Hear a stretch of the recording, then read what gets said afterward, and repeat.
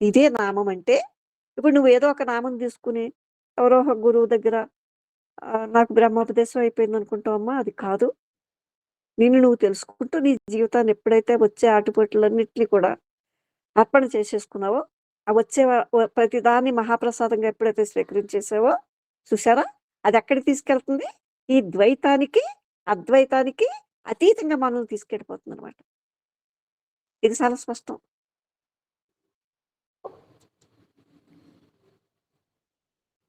ఇది భగవాన్ చెప్తున్నారిక్కడ. బైబిల్‌లో కూడా ఈ భావమే ఉంది. ఆదిలో ఉన్నదల్లా శబ్దమే. అది ప్రామైక శబ్దం. ఈ అనంత ప్రామైక శబ్ద రస ప్రవాహమే ఓంకారము. ఇది ఒక మహాద్రష్ట అనుభూతిది. ఇదే మనకి బైబిల్‌లో కూడా చెప్పారు.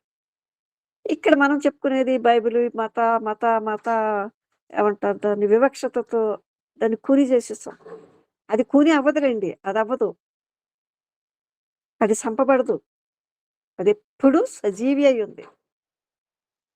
ఇదే మనకి జీసస్ చెప్తాడనమాట. ఆదిలో ఉన్నదల్లా ఈ శబ్దమే. ఈ శబ్దమే చూసారా భగవంతుడు.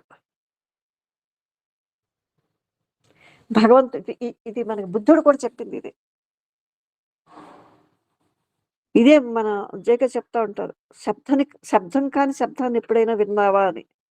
ఇంత బోధిస్తున్నారు కదా! అంటే మనకి ఒకటుందిక్కడ.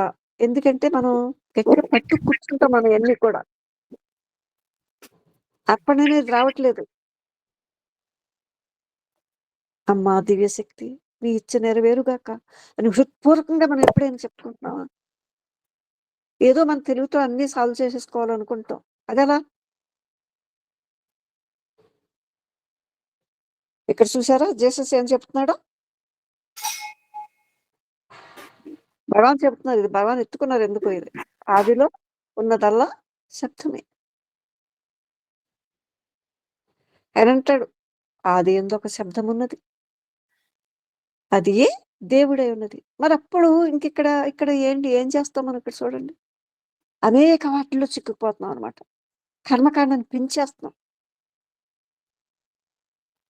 మనతో పాటు మన చుట్టూ ఉన్నోళ్ళు కూడా అయిపోతున్నారనమాట. ఎంత ప్రమాదం చూసారా? ఒకసారి జేకే దగ్గరికి ఒకతను వస్తాడు. వచ్చినప్పుడు ఆయన అంటాడు, "నేను చాలా నిరాడంబరంగా జీవిస్తానండి. తక్కువ ఖర్చుతో జీవిస్తాను. నేను ఎవరి జోలికి వెళ్ళను." అంటే ఆయన మంచితనాన్ని నేను చెప్తున్నాడనమాట. చెప్పడంలో తప్పేం లేదులెండి. అయితే ఆయన ఒక మాట అంటాడు, "నేను ఎవరి జోలికి వెళ్ళను. చాలా తక్కువ ధనంతో జీవిస్తాను. అలా ఆ ఛాయలో సుఖంగా ఉన్నాను" అని. అప్పుడు అంటాడు జేకే, "ఇది అంతా బానే ఉందమ్మా. నువ్వు ఆ ఛాయలో జీవిస్తున్నానన్నావే, నువ్వు తక్కువ ధనంతో జీవించటము, ఎవరి జోలికి వెళ్ళకపోవటం, ఎవరిని ఏమో అనకపోవటం ఇదంతా ఓకే. ఇదంతా బానే ఉంది. చాలా బావుందిది. అయితే ఆ ఛాయలో అలా సుఖంగా ఉన్నానన్నావు చూడు. మరి ఆ ఛాయ్ గురించి నీకు తెలుసా? ఆ ఛాయలో సుఖంగా ఉన్నానన్నావు కదా! దాన్ని తెలుసుకో. అది గనక ఆ ఛాయ ఆ నీడలో హాయిగా సుఖంగా ఉన్నానన్నావు కదా! అది ఎవరిదో తెలుసుకో. తెలుసుకోలేదనుకో, నువ్వు చాలా ప్రమాదంలో ఉన్నావు. పైగా ఏం చేస్తావు? ఇది నువ్వు ఇలా ఉన్నావు. నిన్ను చూసి మొత్తం ఏముందండి విశ్వమానవ మానసం కదా! ఆ మనసు అందరిది ఒకటే. మీదో మనసు, నాదో మనసు, ఇంకొకళ్ళదో మనసు కాదు. మీరుండటం చూసి నేను అదే ఉంటాను. అప్పుడు మీ ద్వారా నాకు ఎంత ప్రమాదం ముంచుకొచ్చిందో చూడండి. మీకే తెలియలేదు. ఇంక నాకెలా తెలుస్తుందిది?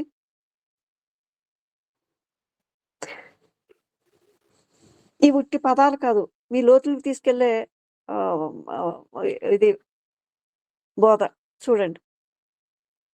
అంటే ఇదేమవుతుంది? ఈ ఆత్మ విచారణ వల్ల అంటే క్వెషనొచ్చింది మనకిక్కడ.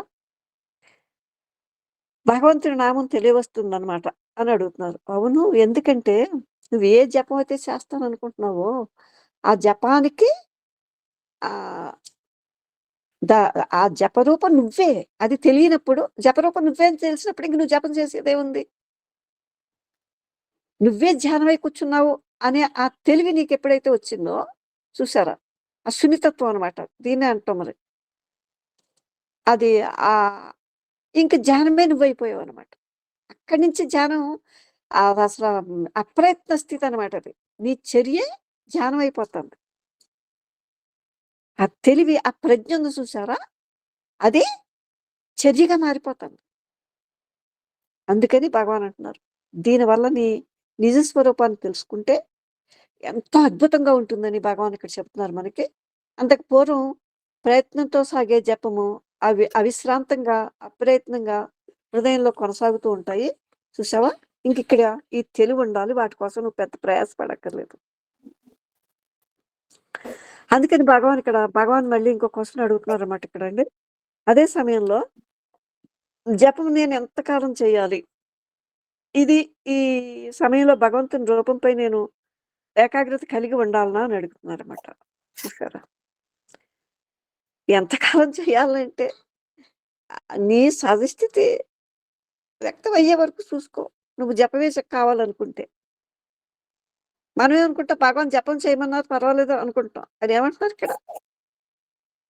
నీ సహజస్థితి బయట పడే వరకు నువ్వు అలానే ఉంటావు అంతే మరి. ఇంక దానికి ఎవళ్ళేం చేయలేరు. ఏ మహాదృష్టతని మనకివ్వలేరు. ఒకవేళ నీకిది ప్రయత్నం వల్లే ప్రారంభమైనా తనంతట తానే సాగాలిది.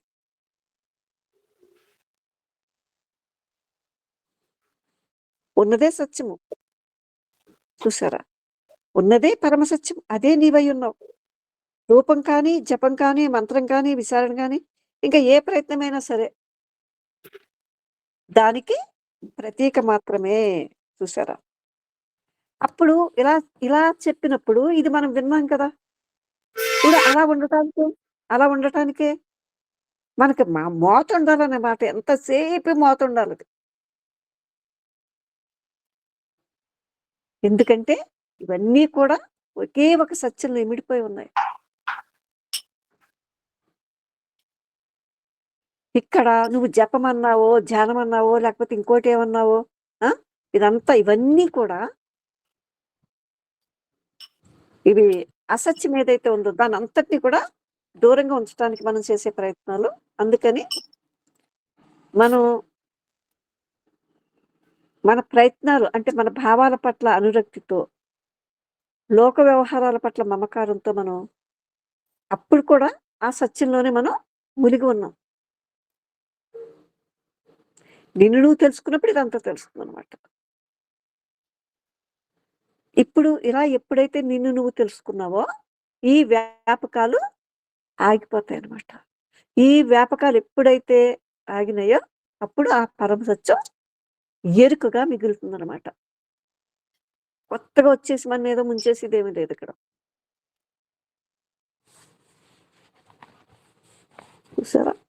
ఏది మన జీవితంలో మనకు ఎదురైనా కూడా, ఆ ప్రతిదాన్ని జాగ్రత్తగా గ్రహిస్తూ సుఖ, దుఃఖ, లాభ, నింద ఇవేమంటారు ద్వంద్వ రూపాలు వస్తుంది కాబట్టి, ఆ మొత్తాన్ని నిజంగా రియల్ జిజ్ఞాస కనుకున్నట్లయితే, ఏ మినహాయింపు లేనటువంటి జిజ్ఞాస తపన మనకున్నట్లయితే, ఆటోమేటిక్‌గానే ఈ వ్యాపకాలన్నీ పడిపోతాయి.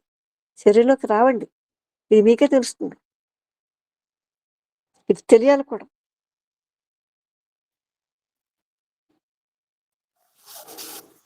ఇవాళ మనం ఇలా సత్సంగానికి కూర్చున్నామంటే గంటో, గంటన్నర ఇది ఇవాళ మనం ఇలా పరస్పర చర్చలున్నాయి కాబట్టి, దీనివల్ల తెలుస్తుంది కాబట్టి, ఏదైనా ఎదురైనా మనం ఇలా ఉంటాం కాబట్టి భౌతిక రూపాలతో ఉన్నాం. అలాగే కాదని కూడా మనం తెలుసుకోవాలని చెప్పుకున్నాం ఇప్పుడిక్కడ.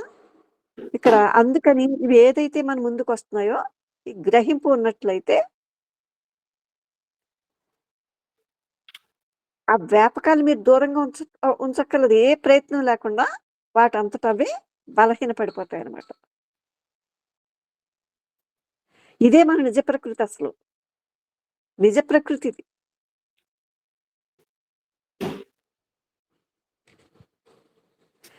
కానీ ఈ ప్రయత్నాలతో మనం ఎన్ని చేసినప్పటికీ కూడా, ఈ అభ్యాసాలన్నీ కూడా భగవాన్ చెప్తున్నారిక్కడ. ఈ అభ్యాసాలు చేసేప్పుడు దాని గురించే మనం ఆలోచిస్తున్నట్లు అనిపిస్తుంది కదా! ఇదంతా ఏంటి? ఆ నిజ స్వరూపం మనకు తెలియకుండా మూసేస్తున్నాయంటున్నారు. ఇదెంత ప్రమాదం చూసారా? ఇప్పుడు ఆ చాయ్ గురించి తెలియలేదు, సుఖంగా ఉన్నాననుకుంటున్నాడు. అతను అలా ఉన్నాడు కదా! మనం మనం మ ఇప్పుడు అందుకేనండి ఇక్కడ మన చర్య ఉంది చూసారా?